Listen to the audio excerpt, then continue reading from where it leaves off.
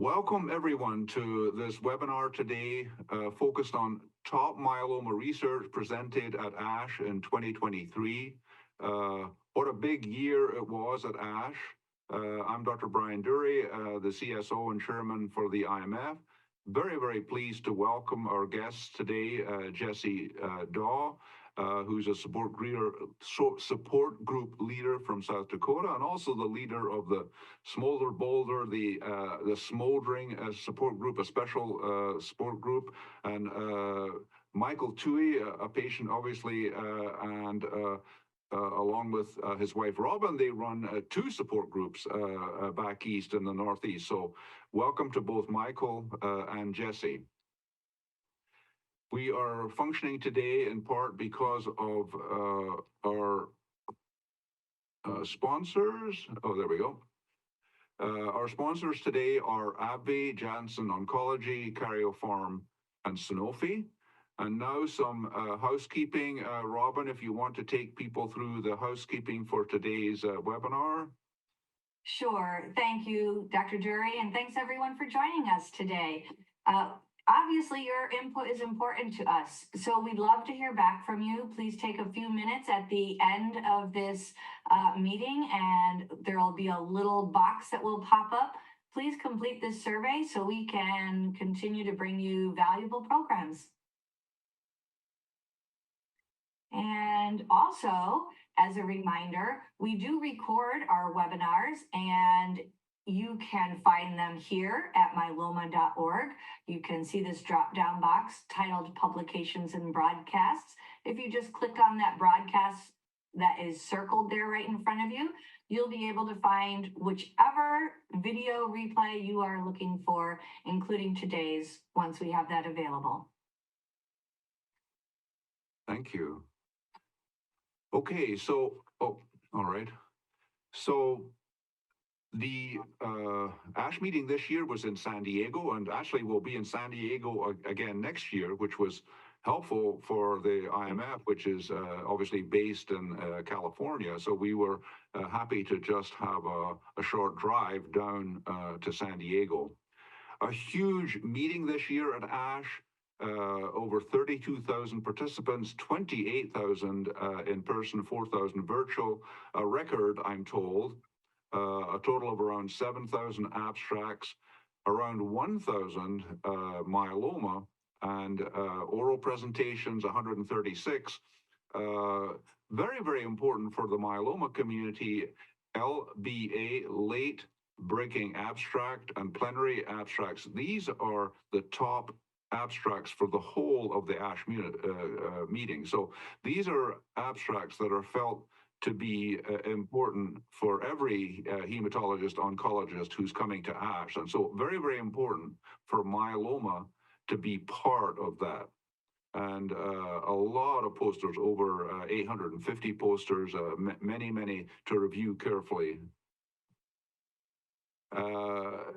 As usual, the ASH had a presence, the IMF had a presence at ASH, and the myeloma support group leaders were at ASH and were listening and blogging. And so, Robin, perhaps you can comment about the activity this year. Oh, absolutely. My pleasure. So this team, I'm very proud of them. They worked very hard and long days, whether they participated virtually. We had 6 virtual support group leader voices participating in ASH. And we also had 8 in-person support group leaders participating in ASH this year. And we had a plan to divide and conquer. As you know, Dr. Durie, there were multiple simultaneous oral abstracts, posters, educational sessions. And with this team, they were able to work together to make sure their blogs and their social media tweets were covering everything that patients and care partners would find interesting. So big kudos to the good work of this team. This link is live, so I encourage everyone to read these patient blogs and to learn more about and from these patients. We do learn from our doctors, but we learn from our peers in a different way. And I think it could be helpful if Michael and Jessie, if you could just give briefly a comment about your experience this year. First of all, Michael, you were there in person. What was your overall takeaway this year? Exciting. All the different therapies that are coming down the pipeline. It's crazy. Like Robin said, we had to divide and conquer because there were so many abstracts that were simultaneously running to, it was just really unbelievable. I've been going to ASH since around the early 2000s, and it's changed incredibly for the better for myeloma patients. And the IMF is wonderful for running this program. They're the first to do it, but to bring patients to ASH, for us to be able to go back to our support groups and distribute the information that we learn, it's incredible. Yeah, and so Jessie, your blogs are excellent and inspiring. What was your takeaway this year? First of all, I want to echo everything that Michael said. And then, I really focused in on smoldering myeloma and precursor conditions. And so there really was a lot to take away. The latest from the iStop project is really interesting, as well as, the risk models and how the various studies are having an influence. So being virtual is an interesting experience, and I appreciate that we had a virtual team within the larger team, so we got to use our technology resources to go back and forth between different sessions and hit everything. So it's a great experience. Wonderful, wonderful. All right, so. At ASH, there are many kind of side meetings and different things. For example, we have the IMWG breakfast, and this year the I-Squared team met. So what is the I-Squared team? I-Squared team is the international independent team for the endpoint approval of MRD in myeloma. And so this is a team that's been in existence since 2017.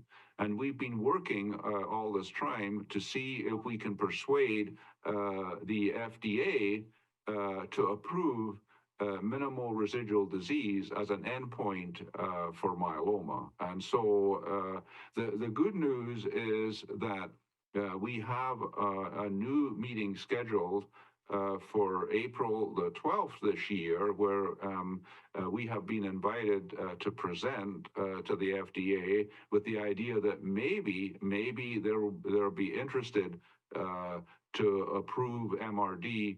And what we're getting signals about is that they would be perhaps interested in approving MRD as an early endpoint for accelerated drug approval. So what that means is that the MRD would be approved within clinical trials. It would be approved such that a new drug could be approved at an early point in the trial without waiting 5, 6, 7 years in the frontline setting to see what is the remission duration and overall survival. And so this would really accelerate drug approvals. It would be great for patients, great for pharma companies, and also great for the FDA, because they would have a precise MRD test endpoint to base their approval on. And so I think it's a mutually beneficial thing. And so we are hopeful that this can work. What will be the use of MRD outside of the trial setting? This is still under review. A lot of guidelines are necessary related to the timing of the test, the type of the test, and how it is reported back to patients. The other thing that happens at ASH is that we have meetings of our Black Swan project, where we bring together the collaborators from all around the world who are working on different kinds of projects which can contribute towards prevention and a cure. And this year, we're actually going to focus on Iceland, where we have this screening project that can contribute to our ability to prevent progression to active myeloma. So I'm going to focus on that. But you can see that we have research going on in Europe, in Asia, based in Singapore, also in Australia, and activities that are pending in Latin America right now. I don't know if there are any comments about any of that. I mean, any thoughts or comments? I think we're obviously excited about the FDA potentially jumping in related to MRD. Michael or Jessie, any initial thoughts? Absolutely. I'm very excited for this to happen, and especially I'm waiting for next generation flow to come out as a liquid biopsy. I understand it already is one, but for that to be approved, so some patients might have challenges of doing biopsies, or in my case, I have to go through my sternum because I've had radiation to the sacrum. So that's one thing I'm really excited about, is especially the liquid biopsy, and maybe someday patients not being able to, or not having to get bone marrow biopsies. Right, right. So I see a question coming in. So what is PFS? And I'm so sorry I did not identify that. PFS is progression-free survival, and basically that is the length of the remission. And so in the frontline setting with these new therapies, the length of the frontline remission can be 4, 5, 6 years. And so that's why it's so exciting. If you're doing a minimal residual disease test at 6 months to a year and it's negative, then it saves, 4, 5, 6 years of follow-up. You have an answer. And so this is definitely exciting. And as far as the next generation flow, that will likely be approved this year, Michael, and I'm going to talk about it where it will be possible to use that next generation flow, not just on bone marrow samples, but on blood samples. And so we will talk about that a little bit, okay? Yeah. All right, let's go ahead then. So the top abstracts this year, I think it was pretty much universal. Everyone agreed that the use of these 4 drug combinations in the frontline setting, there were 2 trials. The first one, I'm sorry it doesn't pop out so precisely on this slide, but the first trial was the Perseus trial, which was conducted by the European Myeloma Network, EMN. And this trial consisted of daratumumab, Velcade, Revlimid, and Dex versus just the Velcade, Revlimid, and Dex, the 3-drug combo. And this was presented as a late-breaking abstract, actually on the Tuesday when a lot of people had actually left ASH. The second one was presented as a plenary earlier in the meeting, and this was isatuximab, which is similar to daratumumab, a different anti-CD38 monoclonal antibody, with carfilzomib, a proteasome inhibitor, which is similar to Velcade and is felt to maybe be more active in patients with high-risk myeloma.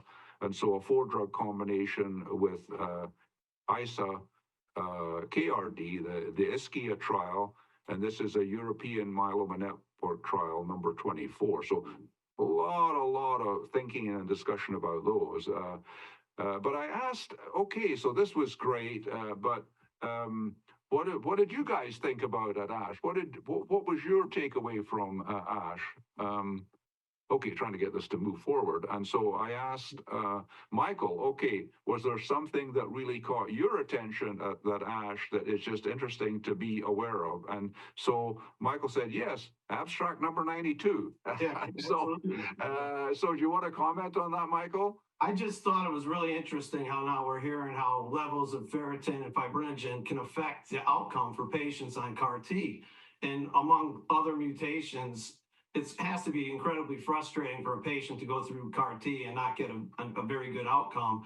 So the research that everyone is doing, so hopefully in the future, you're going to know what patients will do well ahead of time. Right, absolutely. And this was quite a focus at ASH this year, where people were looking at these inflammatory biomarkers, which is a big topic. Fibrinogen and ferritin are inflammatory biomarkers. And so trying to figure out who will benefit most from CAR T or in what sequence, a lot of discussion about that at ASH this year. And in fact, it links in with a couple of key projects that the IMF is leading through our IMWG, where we are launching this immune therapies registry, where we're capturing the results from the real world. So as CAR T cells are being launched and the bispecifics are becoming available commercially, teclistamab and moving forward, all the other antibodies that are coming forward, the results are going to be captured by this immune therapies registry, and this will really help us to understand how they're working in the real world. What is the best sequencing? And as was just mentioned, which patients are going to be benefiting the most with CAR T, with bispecifics, or even trispecifics that we'll talk about. And then we also have samples in our tissue banks where we can double check and see, okay, the patients that benefited had particular markers on the myeloma that would have indicated benefit, and that's going to be helpful for the future. And so then I asked Robin, what about you? What caught your attention as something that we need to be aware of? And Robin said, okay, can we do outpatient CAR T and bispecific therapies? Do you want to comment on this, Robin? Yeah, sure. Thanks, Dr. Durie. To me, as a care partner, this was really interesting and different that we're talking about health services, quality improvement, and management of these new therapies like CAR T and specifically teclistamab in this case. And so what they were finding and talking about is this, it's called HBO, hospital-based outpatient, and it is manageable, feasible, and safe. And the key things for me that came out of this was from patient here, Linda, who I had a nice interview with while we were at ASH. She said quality of life was better, better patient experience, greater mobility, lower risk of hospitalized acquired infections. You know, sometimes those happen in the hospital. So if you're doing this hospital-based outpatient in a very managed way where they're checking for fevers or for any signs that you need to get right back to the hospital, it is showing here through this trial that it is safe. Absolutely. So I think this is a really, really important point. And for the reasons that you mentioned and many more, it's going to be important to make these therapies, CAR T and bispecifics, practical, manageable on an outpatient basis, and the schedules are being modified to try to accommodate this, and we're learning more about how to manage the side effects, etc. So really a very, very important topic. So thank you for highlighting that. Okay, so the two trials that were the big focus of attention, the first one is the Perseus trial conducted by the European Myeloma Network. And as I said already, this was the 4-drug daratumumab VRD, and this is the red blocks across the bottom there. And so the patients got it for induction, consolidation, and maintenance. So it got through the initial part of the therapy as the first therapy, and then to consolidate, and then through maintenance. And then in that maintenance phase, there was the option to stop the daratumumab if MRD negative was achieved. And so this is a modifiable thing, which is quite important in terms of side effects and costs. If you achieved MRD negative, is it okay to stop that fourth drug? So very excellent study design. Next slide. I've got it here. The big thing is that the complete remission rate, 87.9% versus 70.1%. So significantly higher complete remission rates with the 4 drugs versus the 3 drugs. All of these arrows off to the right there, they indicate that for all different groups related to age, sex, stage, risk factors, cytogenetics, across the board, very strong indication that the 4 drugs were superior.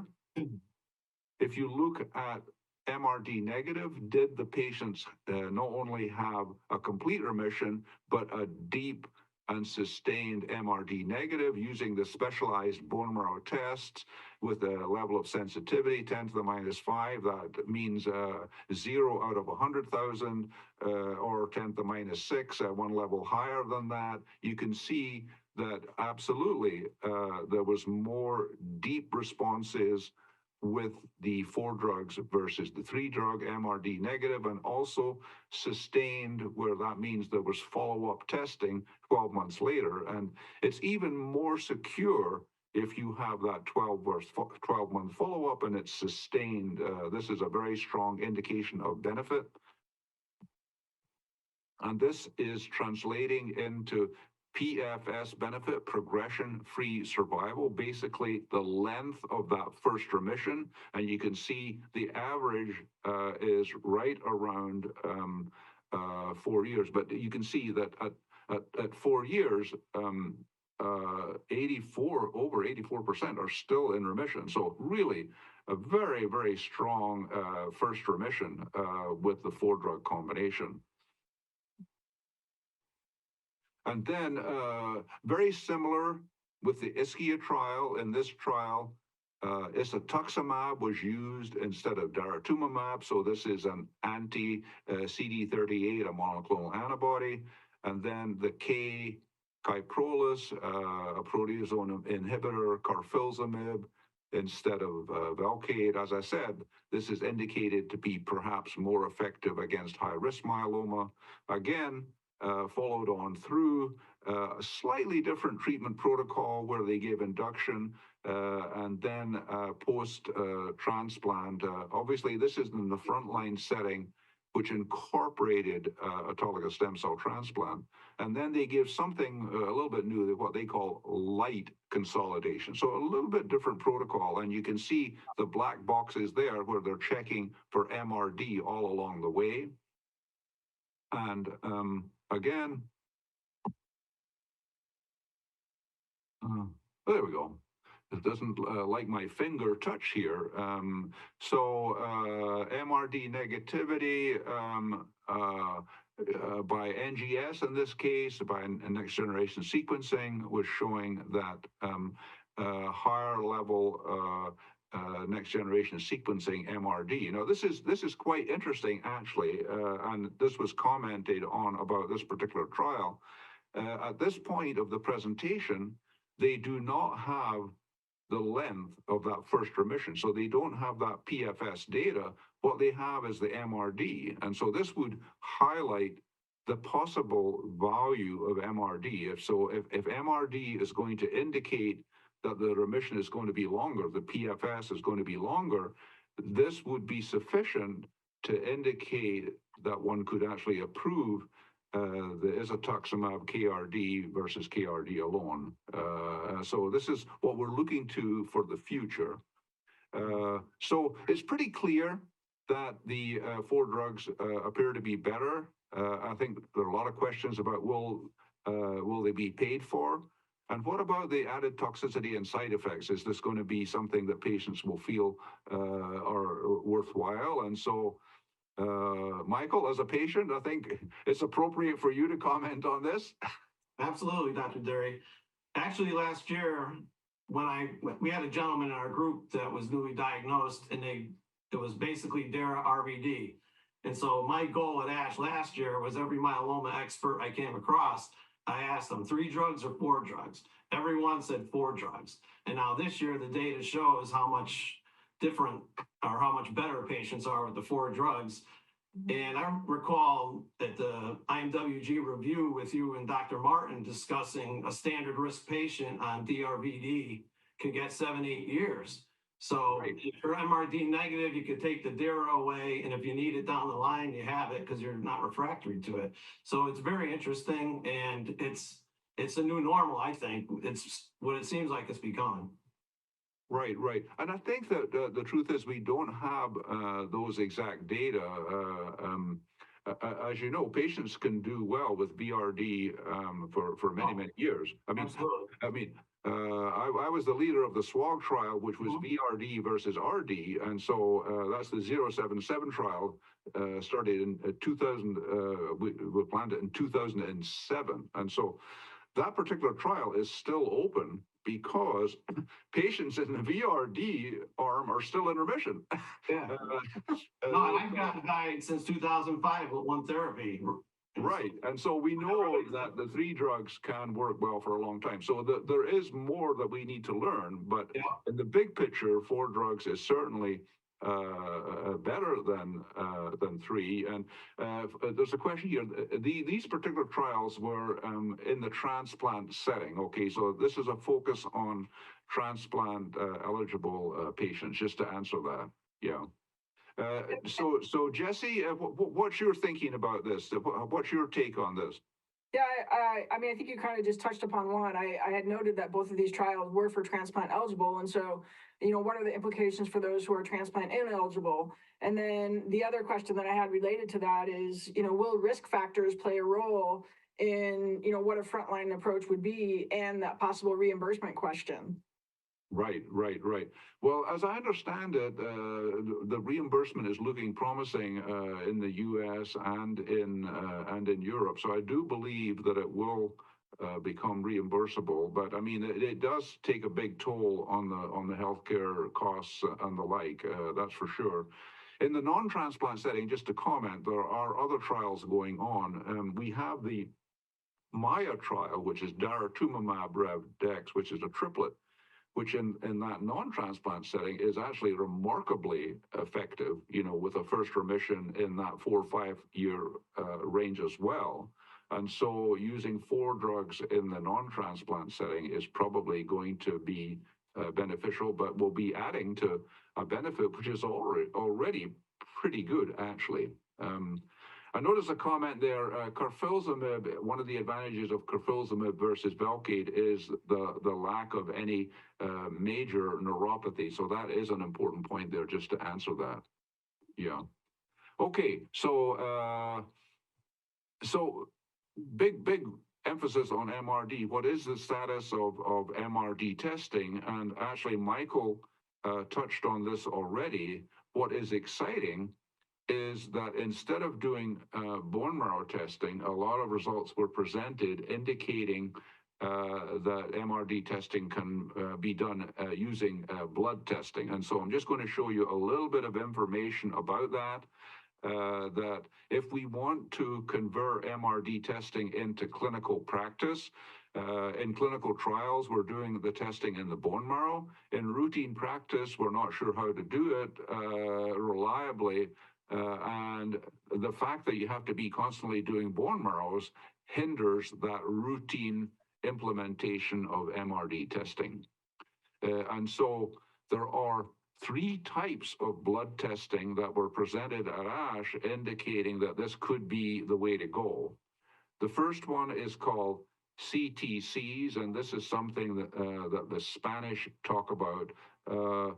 This is CTCs is clonal tumor cells. So these are basically, CTCs means myeloma cells in the blood. So it's possible to pick up the myeloma cells in the blood versus the bone marrow. And Bruno Paiva from the University of Pamplona in Spain presented results with a test that he calls blood flow, which is like next generation flow using peripheral blood, PB, versus bone marrow. Then a second method is to look at DNA in the blood, looking at the mutations, and this is data that's been presented by the Spanish, but also a lot of data from Andrew Spencer in Australia. And then looking at the myeloma protein, QIP-MS, that is mass spectrometry. So a lot of interest in mass spectrometry as a way to detect low levels of M component, the myeloma protein component in the blood. And so tremendous interest in precise, accurate testing in the blood. And so what do these results show? If you use the blood flow method, MRD in the blood, you can see those patients do unusually well. So this is an excellent indicator that can be used like a functional MRD test using a blood test rather than the bone marrow. Excellent news. And so if we have the next slide here, if you, don't know what happened there. There's some delay on these slides. If you look at using a couple of the tests, the blood flow and then also mass spectrometry, so that let's say you run the blood flow test, and it is sensitive, by the way, down to what's called 10 to the minus 8. So it can pick up a cell out of 100 million. So it could be 0 out of 100 million cells. So really an amazingly sensitive test.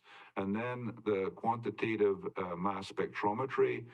So if you're negative by both of those, there's only 2% of the patients so far have actually progressed. And so this is really, really fantastic information indicating that using blood testing, you can really predict which patients are going to be doing well and maybe even be cured. And so again, this will be tremendously helpful in identifying patients who are going to do well in the long term, looking at early results. Okay, so Michael, you already commented on this. Having blood testing is going to be great, right? Yeah, absolutely. Yeah, and Jessie, I don't know, this does relate to interventions for high-risk smoldering, which I know that you're interested in. How does this strike you? I think every smoldering myeloma patient and every myeloma patient would love to have the opportunity to decrease or eliminate the number of bone marrow biopsies that they have to go through. So all in favor of this. Absolutely, absolutely. And so we're moving towards where this can be available.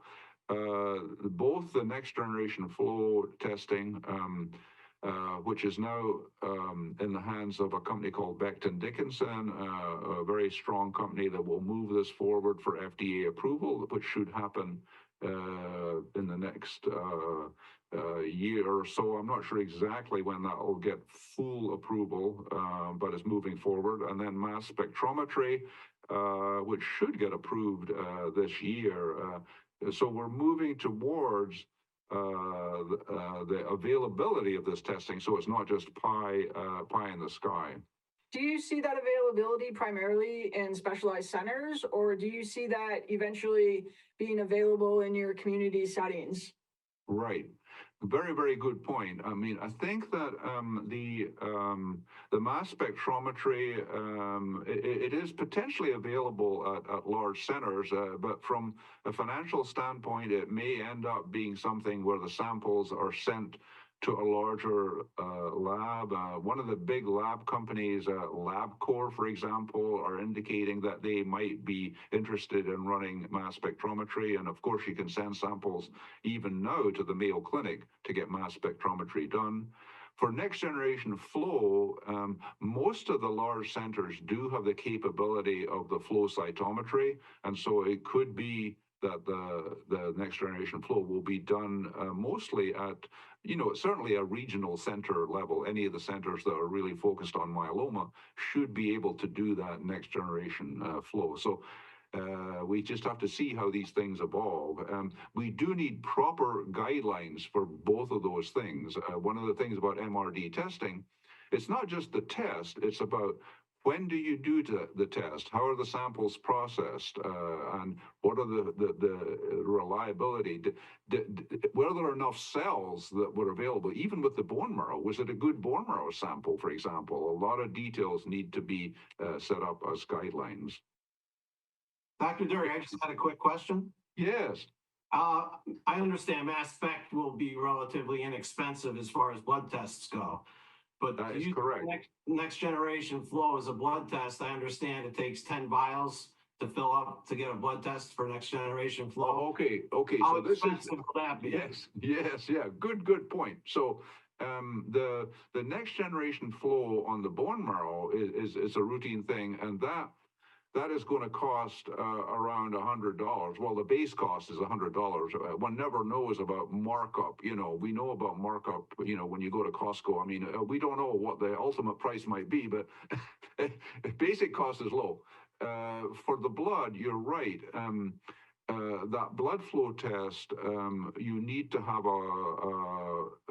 5 tubes of blood to do it to get enough cells. And so that's a test that it's better than having a bone marrow test, but it's probably not a test that we'd want to do all the time. And there will be some added expense related to that. I don't know what that's going to be yet, but it's not going to be a huge added expense. And 50 ml of blood, it maybe sounds like a lot, but it's really not so much.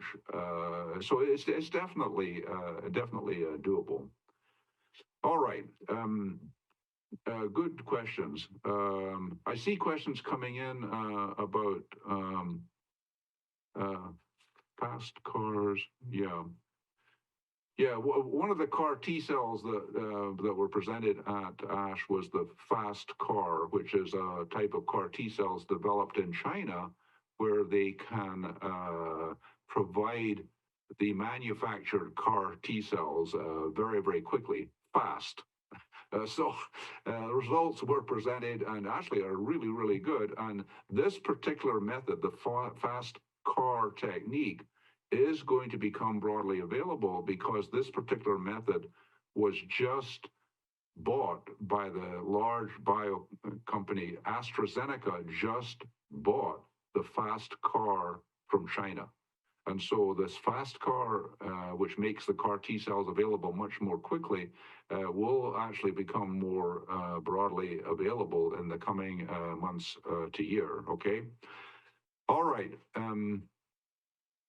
I'm going to focus a little bit on Iceland, and I'll explain why as I go through. So why are we interested in Iceland?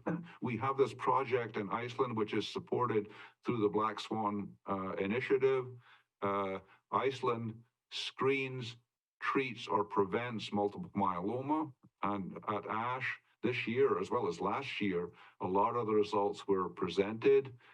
This particular one was showing what are the early benefits and the psychological impact of people being screened. So quite important. So it's important to be aware that right now, most patients are diagnosed with myeloma when they've actually developed myeloma. They developed active symptomatic myeloma, and less than 10% are diagnosed at a much earlier stage. And so there's a huge room for improvement here, where if we could start to be diagnosing and treating myeloma much earlier, it would prevent a lot of the manifestations of myeloma. Patients wouldn't be getting so much bone disease, kidney problems, anemia, and the like. And it would give an opportunity for patients to do a whole lot better, because we know the earlier that you start the treatment, the better is going to be the outcome. So Iceland is an amazing place. It's the land of fire and ice. This is the waterfall that's coming off of the glaciers in the western part of Iceland. And so you have a mixture of the ice and the very, very cold water and wind. And then a little bit over to the right, not on this slide, is where the volcano has recently been erupting with a lot of fire that you've seen on your TV news. Fortunately, it seems to be subsiding right now. In the Iceland project, the whole population of Iceland was invited to participate. And actually, over half of the people that live in Iceland that were born before 1975 agreed to participate. Truly incredible. Over half of the people in Iceland agreed to participate. And then if they were found to have a monoclonal protein in their blood, then they were randomized. So this is actually the largest randomized study that's ever been conducted that relates to myeloma anywhere. And you can see they were divided into 3 groups. There were 3,543 people who were found to have monoclonal spikes. You can see above that, there were actually 29 patients that were found to actually have myeloma from the screening. They were actually undiagnosed, but they actually had already got myeloma. But then the ones that had MGUS or smoldering were divided into no further follow-up, just monitor periodically, or to have in intensive testing and opportunity for early treatment. Intensive testing means that they actually all had bone marrow testing done, and they also all had full body low dose CT to see if they had bone lesions. And really, we're talking about the psychology of this here. And really, the only complaint that we got was from the patients in group 2 who did not get a bone marrow. They said, look, my friend here got a bone marrow. Why didn't I get a bone marrow? I want a bone marrow. I want to know what's in my bone marrow. That was the complaint that we get. So as we go forward, what came out of this? Well, we have the longer term follow-up as to what is happening with these patients. And as time passes, some of these individuals are getting diagnosed with myeloma. And the question is, what are the features of the myeloma when it comes along? And the gray bars are if the patients have not been screened, and the blue ones are if they've been screened and monitored. And so you can see the purple, excuse me, is sort of the purple color, which is the color for iStop-MM. You can see that those purple boxes are lower than the gray boxes. And if you look at the ones over to the right, any CRAB features significantly lower, and bone disease. The thing about the bone disease is that it was picked up on low-dose CT, but it was not symptomatic bone disease. These patients just had tiny, tiny lesions, and often very few of them, versus the other patients who had symptomatic lesions. And so really very, very low CRAB features in the screened population. Next slide. So the screening leads to early detection. It changes the clinical presentation. If you look at the bottom bullet there, screening fundamentally changes the face of myeloma. You're picking up myeloma earlier, and we have done, the Iceland team has done a tremendous job to study the psychological impact. And patients were excited to be involved in this project. They were not depressed or anxious, and they were not dissatisfied. They were very, very pleased to be actively involved in this process of understanding and possibly improving outcomes for some of the other Iceland residents. Could I make a comment there, Dr. Durie? Of course. I know that you're especially interested in this, so please comment. Yes. So I've been particularly interested in the outcomes being reported around psychological impacts of being diagnosed early with either MGUS or smoldering myeloma.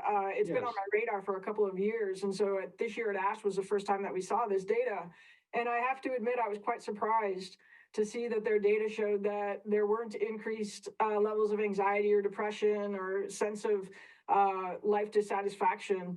I think that in the U.S., I think it's important to recognize the population there and to think about how generalizable that is, given our healthcare system differences. And anecdotally, a number of specialists in the U.S. have said that oftentimes their smoldering patients present with more anxiety than their active myeloma patients because of the unknown nature of their current condition. And so, in fact, the session that this information was presented at, the session immediately following that, Dr. Mayberry from the Mayo Clinic presented information showing that smoldering myeloma patients do have, fairly high levels of anxiety. So I think it's important to recognize that, as somewhat of a isolated population and maybe not generalizable. Right. I think that this is really an important point that relates to several things.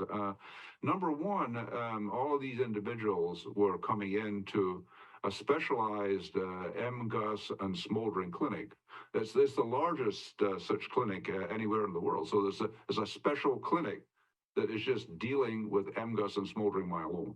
And so obviously these individuals are getting specialized care. You know, they're having discussions about what does this mean, and then beyond that, they're having discussions about what can be done. And the important thing in Iceland is that they actually do have health care.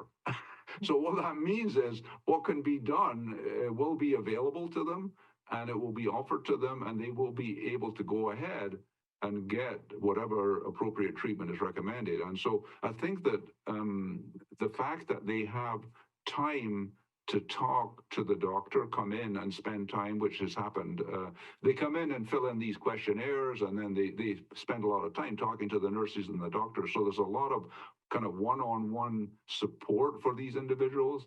And then the fact that they can follow through and get the testing that they need and the treatment that they need without anxiety. And so these are things which are not necessarily generalizable for sure. Yeah. Thank you. Okay, any other thought, Michael? I mean, how does that strike you? I'm so impressed with iStop. As you know, we were fortunate to go there with you 2 different times, and the team was so impressive in the work they're doing, the work the IMWG is doing. When I was diagnosed, and for years after that, a smoldering patient, you just kept an eye on them, and the work that you guys are doing now is incredible. Right. And so I think that maybe just to go back for a minute, I mean, I think that this idea that screening will fundamentally change the face of myeloma. So the first part to this is, do we actually think that screening will actually take off? In other words, so the outcome of this study is that we Sigurdur Christensen, who's the lead PI, is waiting, and they're doing all these different kinds of studies to show the value of screening. And the value would be to show that the screening would lead to improved survival, that actually the outcome for all these people who've been screened would be better than if nothing had been done and they were diagnosed and treated for myeloma later. Okay, so that's the ultimate endpoint for this study, and we're waiting for that. And that should become available this year, actually. And so if that's true, then screening could be recommended. And so then the question would be, how, in fact, would that be implemented? I mean, would we start to screen everybody, over 50 in the U.S.? Would we screen high-risk groups? And then what would we do if we found a positive result? What testing would we do? Would that lead to a huge impact on the healthcare system? And so I think that there are a lot of things that need to be thought through about the implications of screening to be really sure that it does improve survival and outcomes, and then how exactly would it be implemented if there was a decision to more broadly apply this. And so part of the research is to do the same exact project in other parts of the world. And so there are a couple of projects that are going to be starting in Asia as part of our Asia Myeloma Network. And there's probably going to be a study done in the US looking at the African American community. And there may well be several other studies to look if it's broadly applicable in other patient groups. But this is very, very exciting in that it would fundamentally change the face of myeloma. It would get rid of myeloma as we know it. But we need to be sure that this is a correct assessment. Okay. All right. So what else did we hear about at ASH? Well, there was a lot of stuff that was discussed at ASH. There were all those poster sessions. And, it's important to say that each poster, each presentation, it has an important message. I mean, it may be a small message, maybe not a big message that, 4 drugs are better than 3, but nonetheless, often a very interesting and important message. As far as real-world data sets, it's important to make note that what we find in trials with, for example, teclistamab or CAR T is being replicated when they are coming out into the community. So this is very, very important, and actually has become a requirement for the pharma companies. In other words, they need to be able to feed back what's called phase 4 information. So once you get the approval, you need to demonstrate that actually the treatment is working in the community setting. And so the real world data sets are quite encouraging in terms of efficacy and side effects. A lot of emphasis at this particular meeting on diversity and equity and access, and again, many important points to be made about why there may be limited access and the impact of racial inequities, all that kind of stuff. As we commented on already, a lot of information about the immune therapies, which ones work, what are the side effects, why do they work, what is the best sequencing. As far as high-risk smoldering, new results about criteria, the biology and the therapies, and I'm going to touch on that in just a moment. And a lot of these led to what you would call clinical pearls. And so Robin asked me, so what were these clinical pearls then, Dr. Durie? So I made a list. And so one of them, which we've had as a clinical pearl for quite a long time, is to pay attention to the dexamethasone. And there was data presented that reducing the dose or eliminating dexamethasone certainly gets rid of those side effects and does not seem to compromise efficacy. One study looked at the use of Dex in some SWOG trials, for example, trying to make that point. And so I don't know if you guys want to make some comments about Dex, what the current situation is in terms of patients getting reduced on Dex or stopping Dex. I actually think it's a good thing. I've experienced Dex at 160 milligrams a week back when that was the standard. And right. I think that helped me. I mean, I got ready for my transplant doing straight Dex, and I did it for 6 months at the high dose, and it put me into a remission before my transplant. But seems like a lot of research is after you start on a therapy, you could kind of fade away with the Dex. Like Dr. Joe always calls it a rocket ship booster.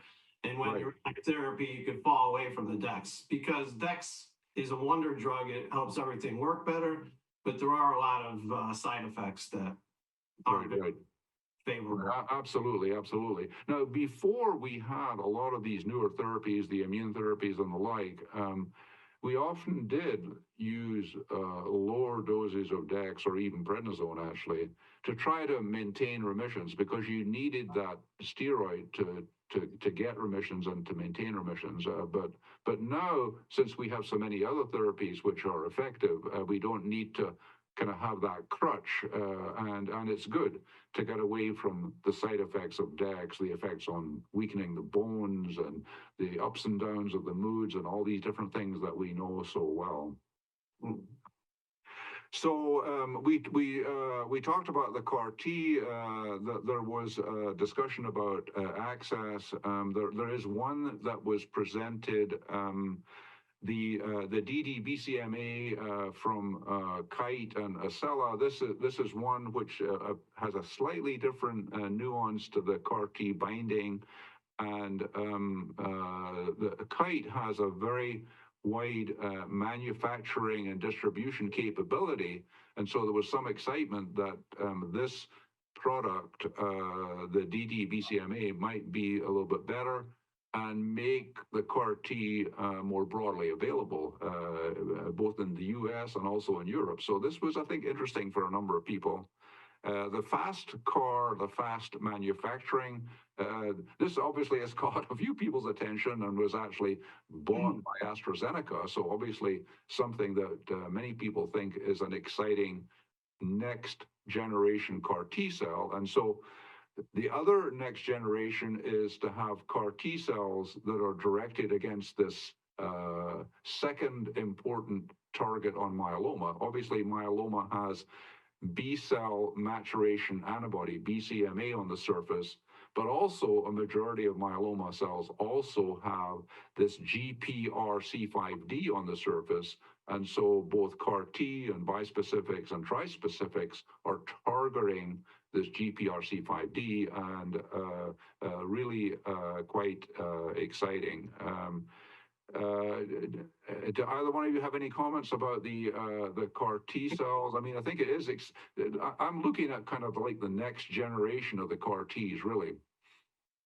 Yeah, I think it's promising, especially with the different targets, and the CAR Ts that are targeting GPRC5D don't seem to have the side effects that like the talquetamab does. Right. It's not a continuous infusion. So right. Yeah, as far as the CAR Ts, there's so many of them, and it's like, right. Even like you're saying, with instead of one target BCMA, there's two targets that they're going after, and it's mind blowing. I do think that this is a very, very important piece, and I think that, and Robin, I mean, you can comment. I mean, I think as regards support groups, I think that it's going to be important to have a support structure to help guide patients through these many, many options that are coming forward. There are going to be, I think a number of these are going to get approved, and there really is going to be a difficult decision process moving forward, probably.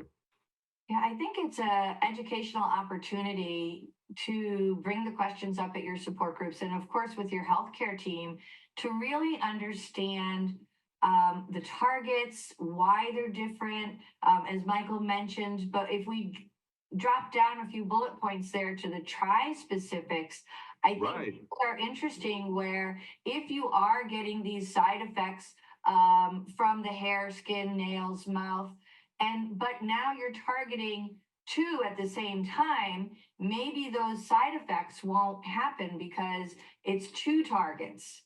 Right, exactly. On the taste buds.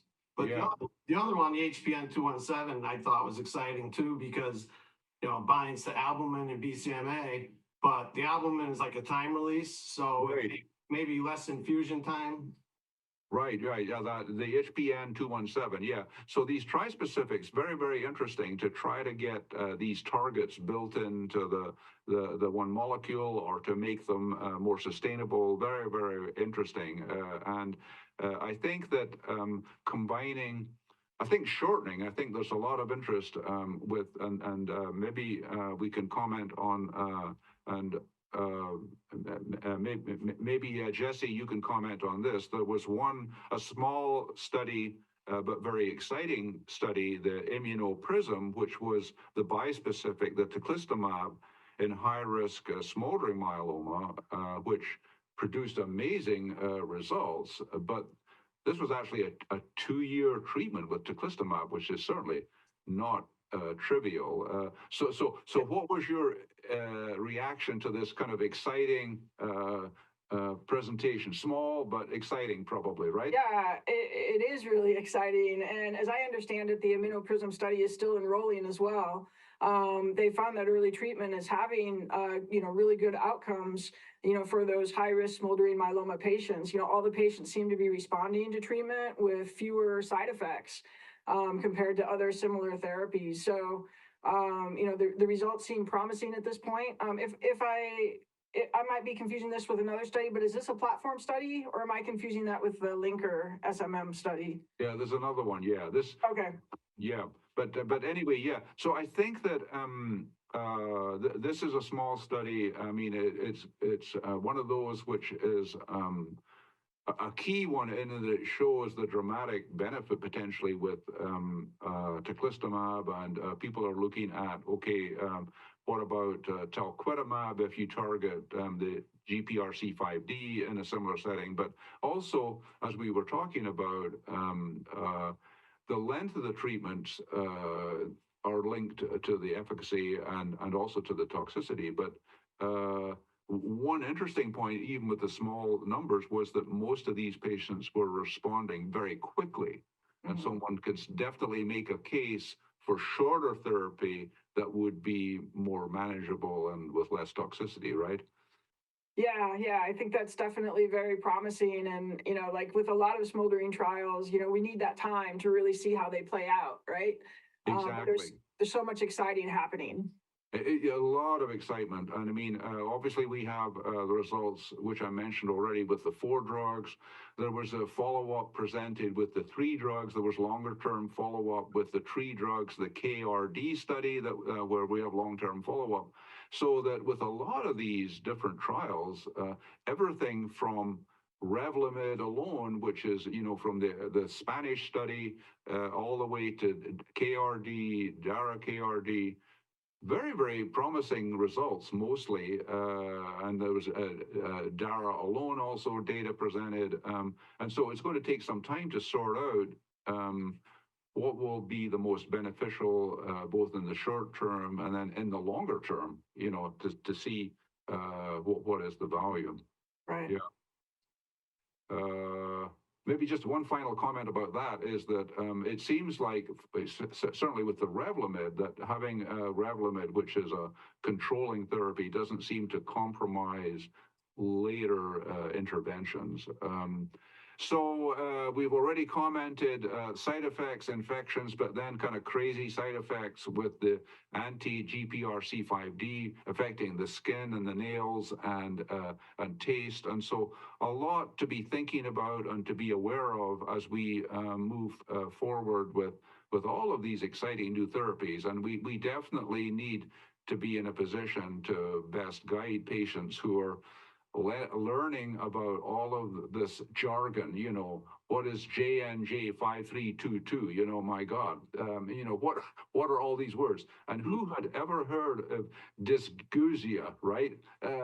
These are things that are new words for everyone to become aware of, effect on taste. So, I think we've reached the time where I think we've covered a lot, and maybe each of you, maybe just some final thoughts about ASH. I think it was an amazing ASH. Michael, final thoughts about ASH? I thought it was amazing, and it's incredible how much research is coming out that's really going to benefit myeloma patients with all the new therapies and how much they're really researching to make them be more efficient. It's really exciting. Right, absolutely. And Jessie, you put a lot into your blogs, so we know a lot of your thinking actually. Yeah, I'm a much better molar than I am, kind of on the spot communicating. But it really was an amazing experience. It's so exciting to see all of the research that's happening in the myeloma and smoldering myeloma space. And I learned so much at ASH, and I learned so much from the Myeloma Voices team and everybody who supports us. And so I want to thank everyone for allowing me to be a part of this as well. Thank you. And so, Robin, you're there as well. And I mean, this was an amazing and hugely busy experience with the team that was at ASH, involving the interviews and the blogs and all of that. Any final words from you? I think it's all about the more we learn, the more we understand, and our hope grows with the amount of research that's happening every day all over the world, and it's being shared. It only is going to be better and better each day for patients with all the opportunities. And that's why, in my opinion, it's not waiting for the shoe to drop when you're learning what's in my future. You're learning, okay, what is the next best, latest, and greatest that I need to talk to my doctor about? Right, exactly. And the good news, I think, is that with the impact of the frontline therapies, newly diagnosed patients are mostly going to be doing very well for quite a number of years. So this is really good news for someone who's approaching the diagnosis of myeloma for the first time. And then for patients who are relapsing and needing new therapies, it's also great news because we have so many exciting new backup therapies available. So across the board, exciting information and help for the myeloma community. And so thanks to you guys for contributing to the discussion and commenting. And next year, back again in San Diego. And so I'm sure it's going to be another amazing meeting, and I can't wait to to find out what's going to be the big topic this coming December. So thanks to you all, and thank you to our audience. I hope that this was a helpful discussion, and to everyone, we do want to hear from you. We appreciate all of our different groups, and thanks again to our sponsors, and enjoy the rest of your day, everyone. Thanks to everyone. So Dr. Durie, before people leave, Yes. we first want to remind them, and we'll go back to that. We Yes. truly want to hear from patients, so please take the moment to fill out the survey. Don't forget where that replay is. And again, all of these things could not happen without the wonderful support that the IMF receives from our sponsors. And for this program, we're very appreciative to AbbVie and Janssen Oncology, Cario Farm Therapeutics, and Sanofi. So the three of you have been amazing, informational, empowering, educational, and I'm just so grateful to everyone that's been part of this. Thank you so much, Robin. So thank you. And as I said, enjoy the rest of your day. Thank you. Okay.